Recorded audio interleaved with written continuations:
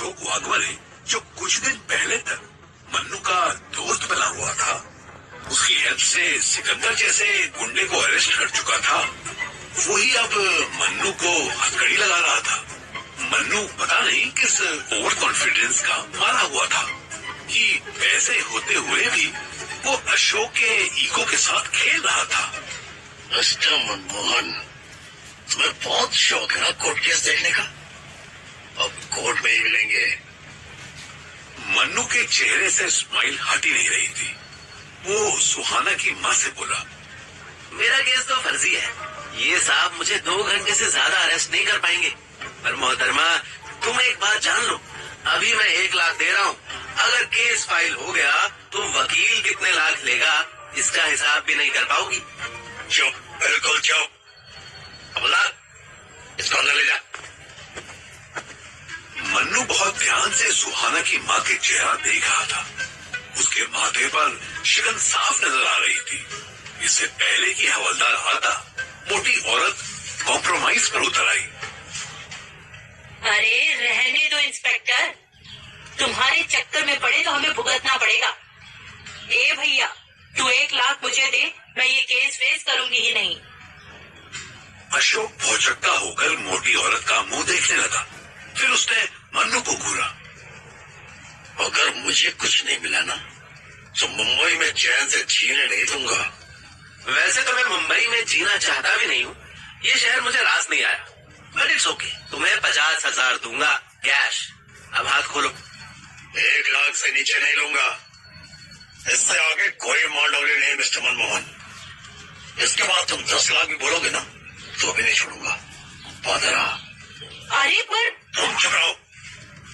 1 लाख चाहिए ना, चलो दिए। बस ये मनमोहन मनमोहन मत बोला करो यार। अब तो हम दोस्त हो गए हैं। यू कैन कॉल मी मन्नू। चलो अब हाथ खोलो जल्दी से, दर्द हो रहा है। अशोक हथकड़ी खोलने लगा। तू बहुत हरामी है मन्नू, किसी दिन बहुत बुरा फंसेगा। आज ही तो था वो दिन, बुरा ही तो फंसा था। 2 लाख देके छूट रहा हूँ। अशोक भी मुस्कुराने लगा। मन्नू सारा मामला क्लियर करके गौरव के पास पहुंचा। क्या हुआ सर? 5 लाख में बात फाइनल हुई है। अभी तो मैं दे रहा हूँ, बाद में तेरे पूज्य पिताजी या तेरे मामा जी से वसूलूंगा। नहीं सर, प्लीज उनको मत बताना। मैं चुका दूंगा आपके सारे पैसे, पर उन्हें मत बताना सर। Sir please. चुप हो, रो मत। और प्लीज नहीं, थैंक यू बोलने का टाइम है। थैंक यू बोल। Thank you so much sir. मैं आपके सारे पैसे चुका दूंगा। अगर तेरे उस आवारा दोस्त का पता ठिकाना मोबाइल नंबर होता ना, तो एक फूटी कौड़ी नहीं देनी पड़ती हमको। उल्टा हम 2 लाख लेकर निकलते यहाँ से। ओ अच्छा, क्या वो विशाल के स्टूडियो में नहीं मिला? मन्नू ने बात का वजन बढ़ाने के लिए एक और झूठ बोल दिया। कहाँ मिला? पुलिस वाले ढूंढते रह गए। और वो आसिफा सर, वो भी तो जानती थी कि हाँ, एक बिल्ली दूसरी बिल्ली की गवाही देगी ना कि उसने चूहा मारा है। तेरे जितने सीधे नहीं है सब। वो सहेलियां हैं, वो एक दूसरे का फेवर ही करती। उसको बुलाने का मतलब था कि पहले तुझ पर FIR करवानी पड़ती। गौरव सोच में पड़ गया। उसे अंदर ही अंदर आफ्ताब पर गुस्सा आने लगा। सुबह हो चुकी थी। मन्नू सबसे पहले गौरव को चाय पिलाने ले गया।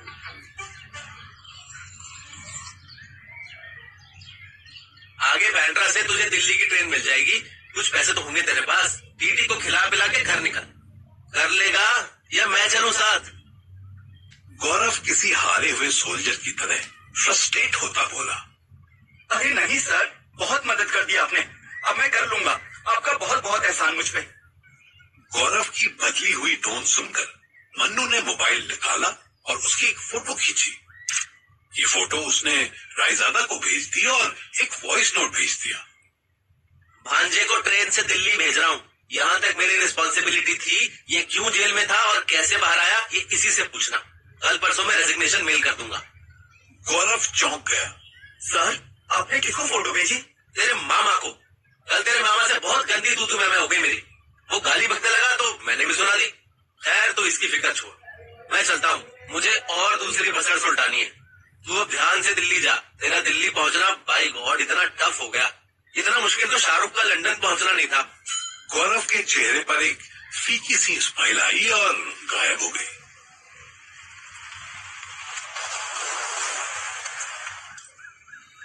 सिकंदर को पता ही नहीं चला कि वो कब खाली रोड देखते देखते सो गया। गाड़ी रुकी तो उसकी नींद खुली। सुबह हो चुकी थी। गाड़ी काहे रोकी? भैया बहुत देर से पेशाब रुके हुए हैं, बस झट से करके आते हैं, 2 मिनट दीजिए। सिकंदर ने गर्दन हिला दी। जैसे ही कार लॉक हुई, सिकंदर के एंटीना अलर्ट हो गए। गाड़ी लॉक काहे किया भोसड़ी के? लेकिन बंद कार के अंदर उसकी आवाज घुट कर रह गई। उसने इधर उधर देखा। यूनुस कार के पिछली तरफ गया था। सिकंदर ने पिछले शीशे की तरफ देखा। वहां बहुत सारे प्लास्टिक के डब्बे और कुछ पुराने टेडी बेयर पड़े थे। उसने सब हटाए। उसका शक सही था। कुछ दूरी पर एक पुलिस जीप खड़ी थी।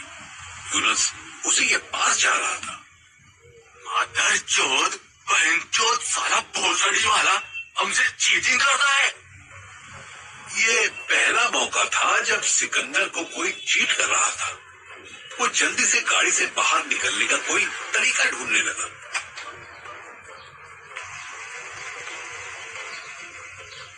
सुबह 7 बजे आफताब की आंख खुली। पहले 10 मिनट तक तो उसे समझ ही नहीं आया कि वो है कहां। फिर आंखें साफ करने के बाद उसे एक साफ सुथरा बेड दिखाई दिया।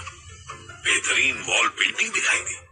उस पेंटिंग में एक आदमी भालू की पीठ पर बैठा था और उसके हाथ में फिशिंग रॉड थी। फिशिंग रॉड के एक एंड में एक मच्छी लटक रही थी। पेंटिंग देखकर ऐसा लगता था जैसे भालू उस मछली को पकड़ने के लिए जितना आगे जाएगा, मछली भी उतनी ही आगे बढ़ती चली जाएगी और उसकी पीठ पर बैठा आदमी आराम से भालू की सवारी कर लेगा। दरवाजे नॉक करने की फॉर्मेलिटी करके एक लड़का अंदर आया। ये वही लड़का था जिसने रात को आफताब के साथ रिकॉर्डिंग की थी। तुम आशीष जी के असिस्टेंट हो ना? हाँ यार, पर मेरा नाम भी है भाई, प्रीतम घोष। उसके हाथ में कॉफी के 2 कप थे। उसने एक कप आफताब की तरफ बढ़ा दिया।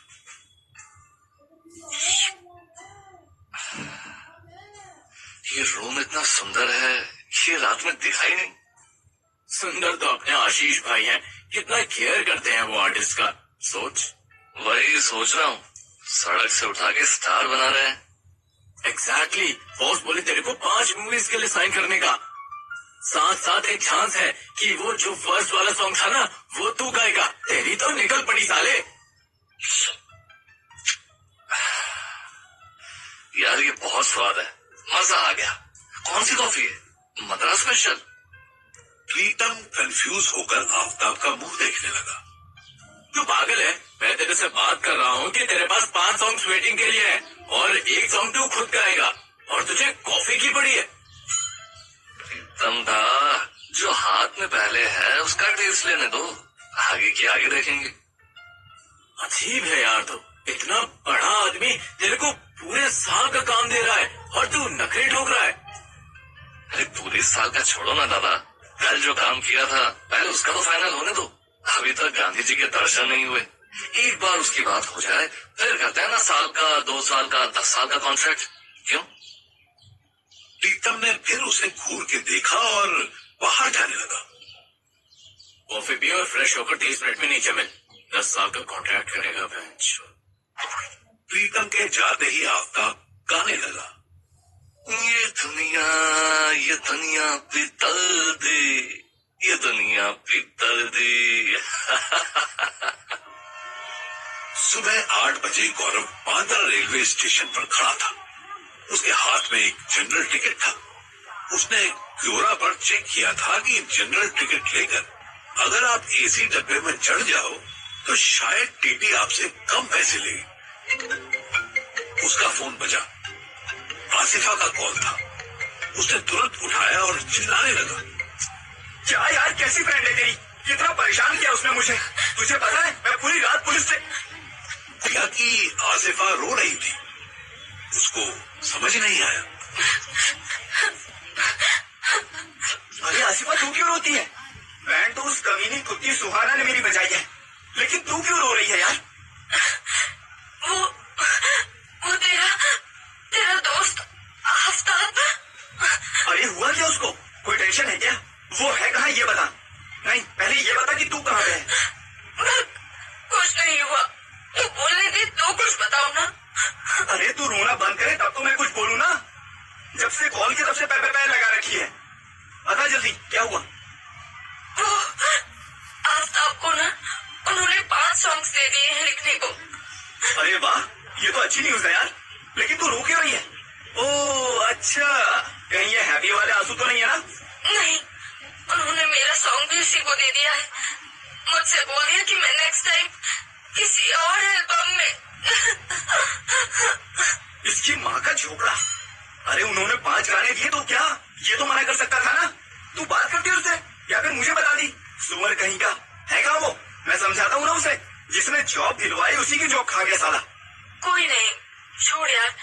वो ना आफ्ताब से मिलने नहीं दे रहे। वो स्टूडियो में ही होगा, पर कहते हैं कि अभी रिकॉर्डिंग चल रही है, बाहर है। और तो और मैंने सुना है कि उसको एक फ्लैट भी दे दिया है। बैंड्रा में 2 BHK फ्लैट है कहीं पे।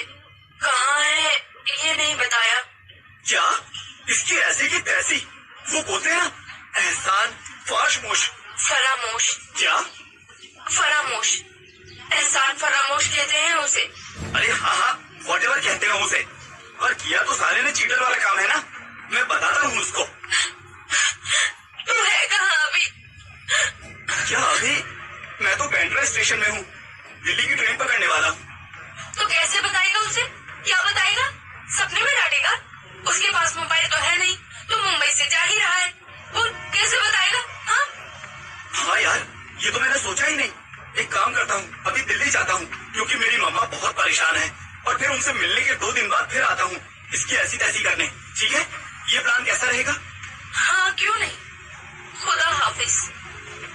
आसिफा ने फोन काट दिया। गौरव को बहुत अजीब लग रहा था कि उसने ही तो आसिफा की दोस्ती आफ्ताब से करवाई थी। उसकी वजह से ही आसिफा के हाथ से once in a lifetime opportunity चली गई।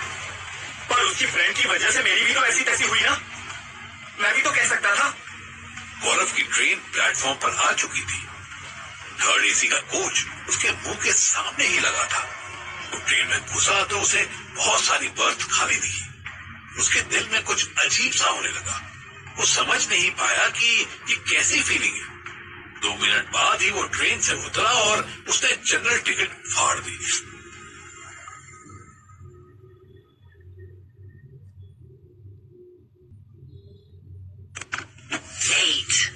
गुस्से में अपनी टिकट फाड़कर गौरव बांद्रा स्टेशन से निकल तो गया, पर उसे समझ ही नहीं आया कि वो इतने बड़े बांद्रा में आफ्ताब को कहाँ ढूंढे। उसने फिर आसिफा को कॉल किया। हाँ गौरव, बोल। ट्रेन में बैठ गया? अरे ट्रेन गई तेल लेने। तू मुझे ये बता कि उस विशाल का ऑफिस कहाँ है? मुझे एड्रेस दे, मैं अभी ढूंढ के लाता हूँ साले को। तू इतना गुस्सा क्यों हो रहा है? छोड़ना, जाने दे। जिसकी किस्मत में जितना लिखा है उतना ही मिलेगा। अल्लाह देख रहा है सब। हम कौन होते हैं नफरत? देख, प्रवचन मत दे मुझे। दिमाग की पहले से ही लंका लगी हुई है। वो सारी तेरी सहेली की वजह से मैं पूरी रात थाने में बैठा था। तू ऑलरेडी बता चुका है भाई। अरे तो क्या हुआ? मैं 2 बार और बताऊंगा भी, क्योंकि मैं जानता हूँ कि तुम लोगों के चक्कर में मेरी कितनी ऐसी तैसी हुई है। वो मनु सर ने 5 लाख दिए हैं, तब जाकर उन लोगों ने कहीं मुझे छोड़ा। और तू जानती है, अगर तू या आफ्ताब विटनेस बन के आ जाते ना तो सुहाना की माँ की दोस्ती बंद हो जाती। आई एम सॉरी यार, ट्रूली सॉरी। मैं नहीं आ सकती थी। तू जानता है मेरे घर में इजाजत नहीं है। मैं तो पहले ही अफसोस कर रही हूँ कि मैंने सुहाना की बात क्यों मानी। अरे ठीक है ना, तू मजबूर थी, लेकिन वो साला आफ्ताब तो नहीं था। मैंने उस साले को खिलाया पिलाया, अपने बराबर बिठाया, फिर भी तेरे से चीटिंग कर गया। तू है साले पे, उसको तो मैं ढूंढ के रहूंगा। तू साथ चले या ना चले। मैं कैसे आऊंगी यार? पहले ही मेरे घर वाले मुझे वापस लखनऊ भेजने के लिए कह रहे हैं। ऐसे में घर से निकलना। तू मत निकल घर से, घुसी रह वहीं पे। मुझे बस इतना बता दे कि उस टकले विशाल का ऑफिस कहाँ पे है। बैंड्रा वेस्ट में ही है, गूगल कर ले। हम भी गूगल की मदद से ही गए थे। अरे लेकिन बैंड्रा वेस्ट में कौन सा है? मैं तो बैंड्रा में ही हूँ। जिस तरफ बैंड्रा फोर्ट है राइट साइड है वो वेस्ट है। स्टेशन से लेफ्ट में ईस्ट है, राइट में। अरे रुक जा, मैं स्टेशन से बाहर खड़ा हूँ। यहाँ पे कैसे लेफ्ट राइट ईस्ट वेस्ट करूँ? यार थोड़ा तो दिमाग लगा।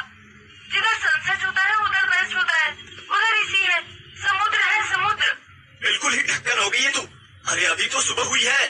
बैंड्रा वेस्ट किधर है? मैं इतनी सी बात जानने के लिए सनसेट तक स्टेशन पर ही बैठा रहूं? तू रहने दे, मैं किसी और से पूछ लूंगा, तू बस आराम कर। गौरव ने गुस्से में फोन काट दिया और सोचने लगा। मैं इतना फ्रस्ट्रेट क्यों हो रहा हूँ? थोड़ा आराम से सोचना पड़ेगा यार। अननोन सिटी में अननोन लोगों के बीच। तभी गौरव का मोबाइल बजा। उसकी मम्मी फोन कर रही थी। गौरव एक बार फिर ये सोचकर कंफ्यूज हो गया कि उसे क्या करना चाहिए। इधर गौरव कंफ्यूज था, उधर एयरपोर्ट पर मन्नू आराम से रिलैक्स होकर बैठा चंडीगढ़ की नेक्स्ट फ्लाइट का इंतजार कर रहा था। वेटिंग लॉन्ज में शिवानी ऐसे मस्त सो रही थी जैसे अपने बेडरूम में फैली हुई हो। मन्नू भी 2 रात से सोया नहीं था। उसने सोचा थोड़ी देर वो भी कमर सीधी कर ले, पर उसकी आंख लगी ही थी कि उसका फोन बज गया। और किसी का कॉल होता तो वो काट देता, पर निशा कॉल कर रही थी। वो पहले खुद उठकर शिवानी से दूर गया और फिर उसने फोन उठाया।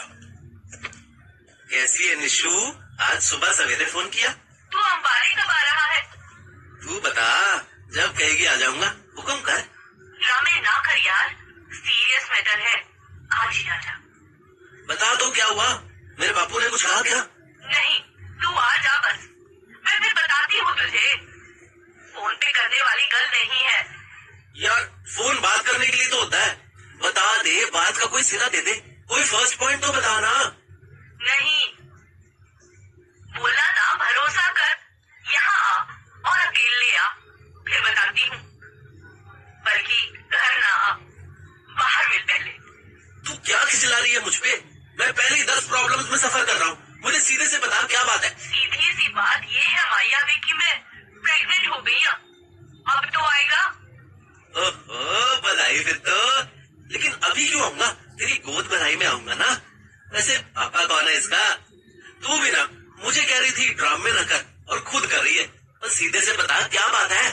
सीधे से बता रही हूँ, व्हाट्सएप देख, तुझे टेस्ट की फोटो भेजी है। मैं प्रेग्नेंट हूँ और तूने ही किया है। जल्दी आ। बकवास ना कर, मैंने प्रोटेक्शन लिया था, तूने इंसिस्ट किया था, याद है तुझे? हाँ, वो फर्स्ट टाइम में, जब दूसरी बार तूने किया तब कोई प्रोटेक्शन नहीं थी। ओ सियानी, पापा को नहीं सिखाते कि बच्चे कैसे होते हैं। सेकेंड टाइम में मैंने अर्ली इजेक्ट किया था। तू सब जानती है निशु, फिर भी ड्रामे कर रही है। मैं ड्रामा कर रही हूँ या तू अपनी जिम्मेदारी से भाग रहा है? कमीने, मैं इतनी सीरियस बात तुझे झूठ बोलूंगी? सेकंड नहीं तो थर्ड टाइम में हुआ होगा। हुआ तुझसे ही है, पर तुझे नहीं आना है मरता। मैं सुसाइड कर लूंगी, तेरा नाम भी नहीं लूंगी। खुश रह तू। मन्नू सोच में पड़ गया। ऐसा कैसे हो सकता है यार? मैं तो हमेशा ध्यान रखता हूँ, प्रोटेक्शन होना हो प्रिकॉशन जरूर लेता हूँ। मन्नू ने फिर निशा को कॉल मिलाया। उसे लगा था कि निशा नखरे दिखाने में पहले 2-3 कॉल काटेगी, फिर कनेक्ट करेगी, और उसने फर्स्ट कॉल ही रिसीव कर ली। मन्नू को निशा के रोने की आवाज आई। सुन, तू रो नहीं, तू टेंशन ना ले। मैं बस श्योर नहीं था, पर तेरे कहने पर भरोसा कर लेता हूँ। तू बता क्या चाहती है? चंडीगढ़ के किसी हॉस्पिटल चलना है? नहीं, मुझे प्यार करना है तुझसे, फालतू बातें ना कर। अंबाला, पापा जी से बात कर, सब तुझे जानते ही है, कोई टेंशन है नहीं, तू आ जा बस। मन्नू ने एक बार सोती हुई शिवानी की तरफ देखा। देख यार निशा, मैं शादी नहीं कर सकता, तुझे पता है, मेरा नेचर जानती है तू। I am not the marriage material. मैं लॉयल नहीं रह सकता। अपनी शादी 4 दिन नहीं चलेगी। तू वो सब छोड़ कमीने, बस आ जा। साल भर शादी चला रही हो, एक बार ये पेट से बाहर आ जाए, फिर तुझे जो करना है करियो, मैं तुझे नहीं रोकूंगी। मन्नू ने मन ही मन सोचा। नहीं रोकूंगी तो ऐसे कह रही है जैसे चाहती तो रोक लेती। क्या हुआ, चुप क्यों हो गया? मैं सोच रहा था।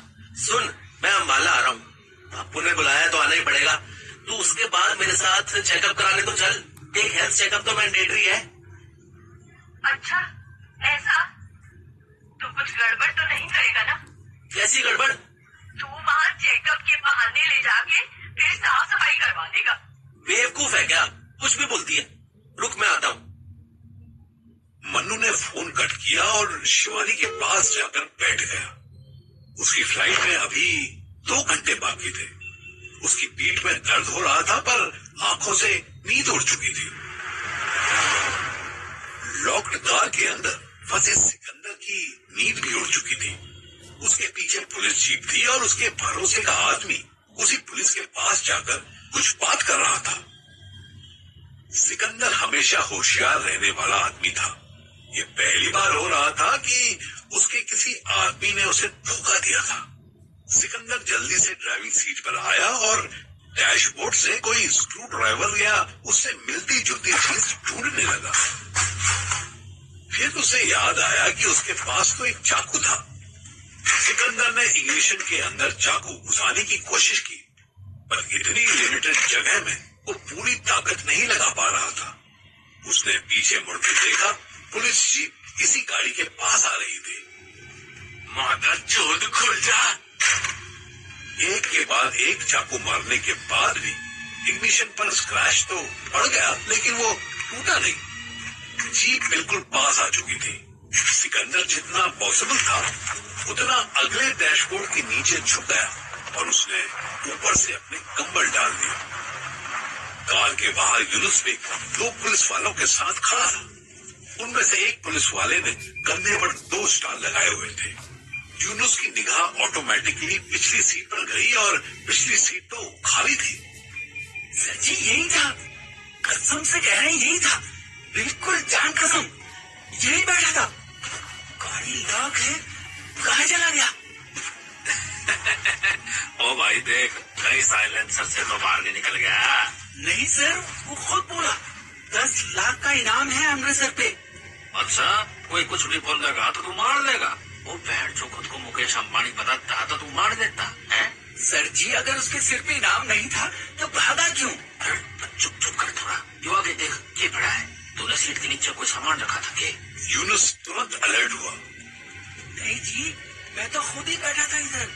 पुलिस वाले ने तुरंत अपने हाथ में गन ली और 2 कदम पीछे हटकर अलर्ट मोड में खड़ा कार खुलने का इंतजार करने लगा।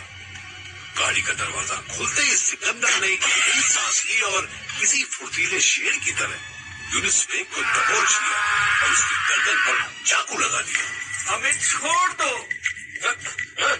छोड़ उसको। छोड़ दिए, वरना मैं गोली मारूंगा। मैं छोड़ दो उसको, मैं बता रहा हूँ, छोड़ दे। यूनुस बेग खूब छटपटाया, लेकिन सिकंदर की पकड़ से खुद को छुड़ा न सका। सिकंदर ने उसके हाथ से चाबी छीन ली। गद्दारी कर बे बहन चोद, तेरी माँ का चोदू, गद्दारी कर बे। दूसरा पुलिस वाला पुलिस जीप से अपनी गन लाने के लिए दौड़ा। इतने में सिकंदर ने कार इग्निशन में चाबी लगा दी। ए पुलिस, ये माता चोद, दरवाजा बंद कर जल्दी, वरना इस हरामजादे की खोपड़ी फेंक के मारेंगे। सिकंदर ने गौर किया कि पुलिस वाले के हाथ कांप रहे थे। देख, पागलपन मत कर, तू बच नहीं सकता। इस लड़के को छोड़ दे और सरेंडर कर दे, जिंदा छोड़ देंगे तुझे, समझा? तू हमको जिंदा छोड़ेगा चोद? ये ले, पहले इसको जिंदा रख के दिखा। सिकंदर ने पुलिस वाले के सामने ही यूनुस बेग की गर्दन पर हल्का सा कट लगाया और उसे पुलिस वाले की तरफ धक्का दिया। यूनुस के गले से बहता खून देख पुलिस वाला हड़बड़ा गया और यूनुस को पकड़ने की कोशिश करने लगा। किसी हबड़ तबड़ में उससे गन छूट गई। इसी मौके का फायदा उठाकर सिकंदर ने झट से दरवाजा बंद किया और कार स्टार्ट करते ही गियर में डाली और दौड़ा दी। दूसरा पुलिस वाला उसी टाइम लंबी सी बंदूक लेकर आया। उसने कार की तरफ निशाना लेकर फायर किया। गोली कार के टायर पर घुसी और कार ड्रिफ्ट होती हुई रोड की साइड में जा गई।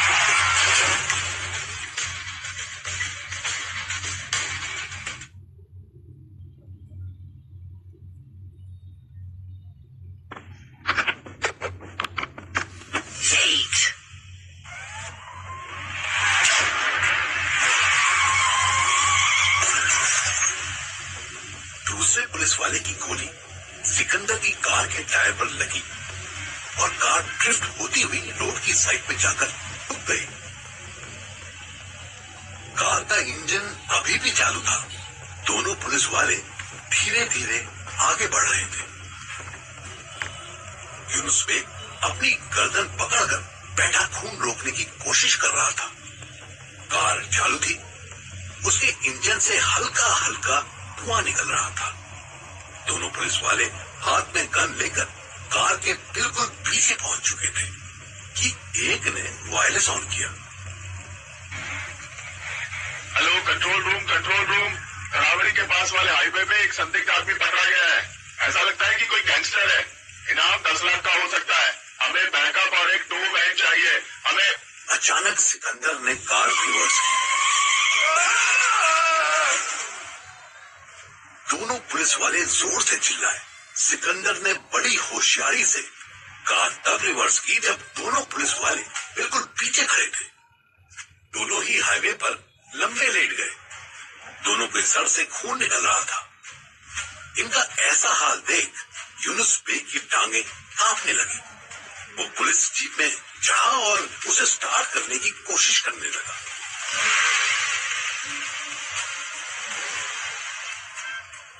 पर जब जीप स्टार्ट होते ही बंद हो गई, यूनुस हड़बड़ा गया। उसने जीप के अंदर बैठे बैठे ही सामने देखा। उसकी अर्टिगा से सिकंदर उतर रहा था। सिकंदर के माथे से खून की एक बूंद टपक रही थी और उसकी चाल में लंगड़ाहट थी। उसने सबसे पहले पुलिस वालों की गन उठाई और फिर यूनुस की तरफ ही आने लगा। यूनुस कैसे भी करके जीप का इंजन स्टार्ट करना चाहता था, पर जीप थी कि स्टार्ट ही नहीं हो रही थी। देखते ही देखते सिकंदर बिल्कुल पास आ गया, तब इंजन स्टार्ट हुआ। सिकंदर जीप के बिल्कुल सामने आया और जैसे ही यूनुस ने गियर डाला, सिकंदर ने तुरंत गन तान ली। गद्दार मादर चोट, गाड़ी 1 इंच भी हिलाना तो तेरे खोपड़े का तरबूज बना देंगे। पूछे, चल बाहर निकल। हमें तो वैसे भी मार ही दोगे। मरना ही है, दोनों तरफ तो। सिकंदर मुस्कुरा दिया। उसने गन अपनी कमर में खोसी और यूनुस के पास आया और उसके बाल पकड़ के मुंह ऊपर उठा दिया। काहे किया बे? तुमको मालूम है पूरा देश में हमारा इतना बड़ा नेटवर्क है। तुम पहला आदमी हो जो हमका धोखा दिए हो। इसका सजा जानते हो क्या होगा? यूनुस तुरंत सिकंदर के पैरों में गिर गया। भैया, जो सजा देना हो दे दो। हम लालच में आ गए थे। आप बोले कि 10 लाख इनाम है आप पर। हमको 10 लाख का बहुत बहुत जरूरत था भैया। हमसे गलती हो गया। हमको जो चाहो सजा दे दो। तुम्हारा आसान सजा तो यही है कि हम अभी यही सड़क पे तुम्हारा माथा में छेद कर दे। सिकंदर ने फिर पिस्तौल निकाली और यूनुस के सर पर रख दी। यूनुस ने आंखें बंद कर ली। पर हम तुमको मुश्किल सजा देंगे। अपना मोबाइल दो। यूनुस ने तुरंत जेब से मोबाइल निकाल कर दिया। उस रिक्शा वाले का नंबर लगाओ जो हमें तुम्हारे पास बैठाया था। यूनुस ने डरते डरते नंबर मिला के फोन दिया। कहा हुआ बे? बोले फोन ठोक दिए। भैया को छोड़ा है ना सही जगह। हम ही बोल रहा हूँ। ये मगर चौथ हमको पुलिस का हवाले करने वाला था।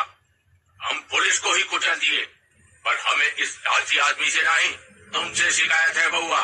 चौथ को जरा फोन कीजिए तो अभी बताते हैं इसकी अम्मा छोड़। भोसड़ी के हम तुम्हारा नौकर हैं जो इसको फोन दे उसको फोन दे। काम का बात सुनो। ये साला अगले 10 साल तक बिहार के अंदर घुसना भी नहीं चाहिए। पूछे। यूनुस बहुत ध्यान से सारी बातें सुन रहा था। अचानक पैरों में गिर गया। नहीं भैया, ऐसा ना करिए। देश निकाला मत कीजिए। जान से नहीं मार रहे हैं भोसड़ी के। यही गनीमत समझो। आज के बाद ना तुम्हें कोई गाड़ी देगा ना ही कोई रोजगार देगा।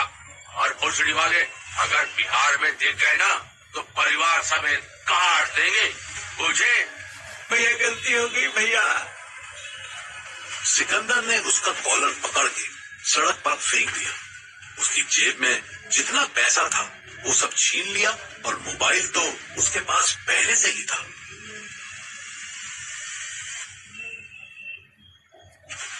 सिकंदर पुलिस जीप लेकर वहां से चला गया। सिकंदर से गद्दारी करने वाला सिकंदर से बच नहीं सकता। तुम अगर तुझे तो तेरे पूरे परिवार के सामने गोली मारेंगे। सिकंदर मन्नू को गोली मारने के लिए उसके अंबाला वाले घर जा रहा था, पर मन्नू बेवकूफ यही सोचकर खुश था कि सिकंदर तो अभी मुंबई या आसपास ही कहीं होगा। उसको जो फ्लाइट मिली थी वो डायरेक्ट मुंबई टू चंडीगढ़ ना होकर वाया दिल्ली की विस्तारा फ्लाइट थी। मन्नू शिवानी को लेकर चेक इन करने लगा। मन्नू के साथ नींद में झूमती शिवानी भी फ्लाइट में एंट्री करने लगी ही थी कि मन्नू की नजर एक औरत पर पड़ी। ये फिर यहां आ गई। फ्रंट से थर्ड रो में स्निग्धा चटर्जी बैठी हुई थी। उसने भी मन्नू को देख लिया। वो मुस्कुराई। मन्नू उससे नजरें चुराने लगा।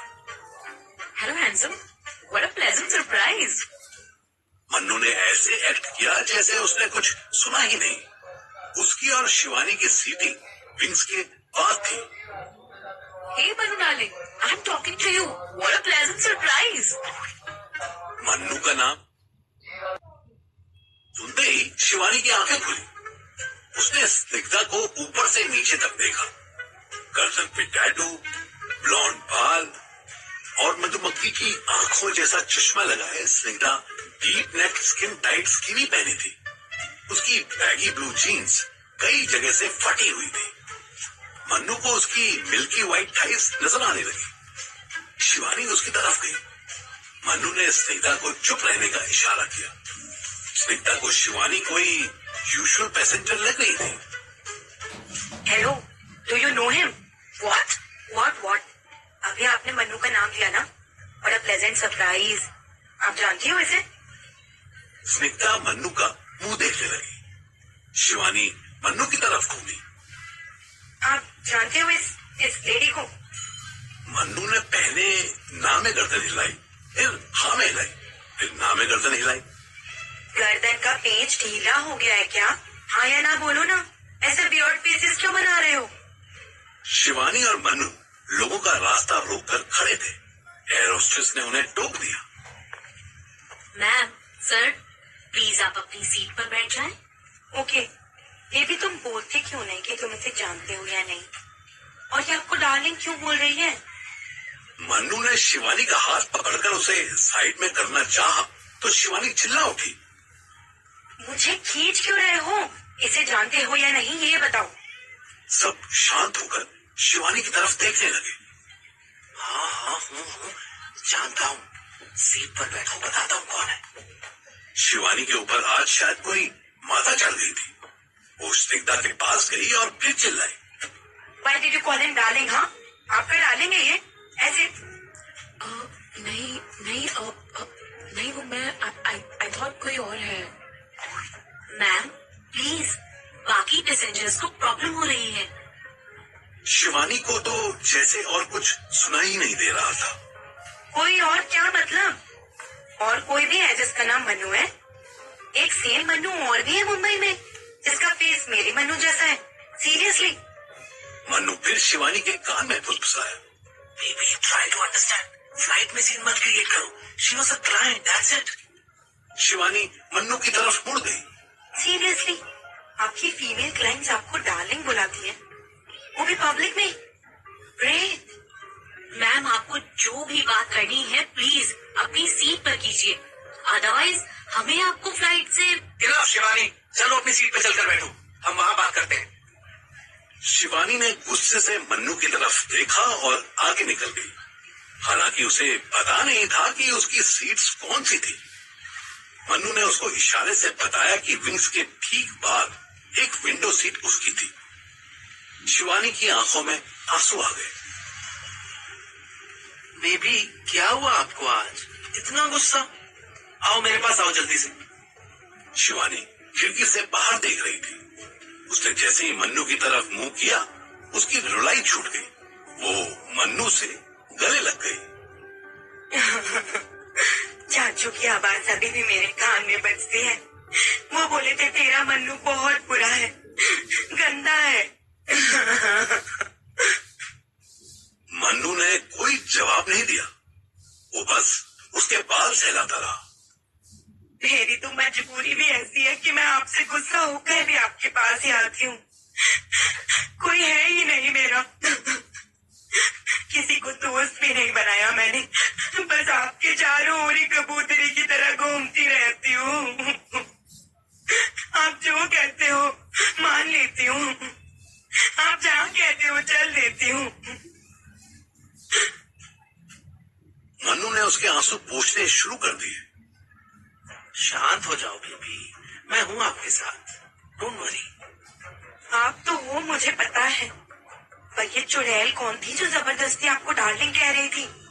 वाओ, फर्स्ट टाइम शक किया है मेरी बेबी ने। ये मुंबई में जो कांड हुआ ना, उसी केस की प्राइम क्लाइंट थी। इसका हस्बैंड इसे जान से मरवाने वाला था।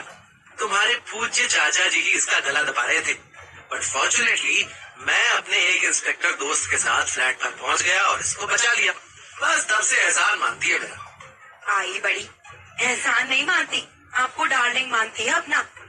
अच्छा होता चाचू इसको मार ही देते। उसकी जीन्स देखी आपने? इतना तो कपड़ा नहीं था उसमें जितनी उसकी फटी हुई थी। कुछ भी फैशन होता है यहाँ, तुम फिक्र मत करो, वो अब कभी किसी को सपने में भी डार्लिंग नहीं बोलेगी। शिवानी ने अपनी आंखें साफ की और मन्नू के कंधे पर सर रख के आराम करने लगी। मन्नू ने एक उड़ती निगाह स्निग्धा की तरफ डाली। स्निग्धा भी उसकी तरफ मुंह किए हुए थी। वो थम्स अप दिखाने लगी। मन्नू ने मुंह फेर लिया। अंबाला पहुंचकर सिकंदर ने यूनुस बेग के मोबाइल से इजी क्लेम्स इंश्योरेंस नोएडा का फोन नंबर निकाला। दूसरी तरफ से फोन उठते ही एक रिसेप्शनिस्ट की आवाज आई। Hello sir, easy claims, how may I help you? धनी आपको फोन दे, जब हाथी है तेरे ऑफिस का। रिसेप्शनिस्ट सिकंदर की आवाज सुनकर कुछ देर तक सहम गई, फिर बस इतना बोली, एक मिनट से भी कम टाइम में उसे एक आदमी की आवाज आई। भैया आपका नंबर पे कॉल करता ना, रुकिए हम करते हैं 1 मिनट के। टाइम नहीं है हमारे पास, उस हरामी के घर का पता मैसेज कर इसी नंबर पर। घर का मतलब समझता है ना, अंबाला वाला घर। पियोन ने बिना बात आगे बढ़ाए फोन काट दिया। सिकंदर को एक मैसेज मिला जिसमें मन्नू का पूरा पता लिखा हुआ था और ये भी लिखा था कि उसके घर में कितने लोग रहते थे। सिकंदर मुस्कुराया और उसी एड्रेस की तरफ कार घुमाने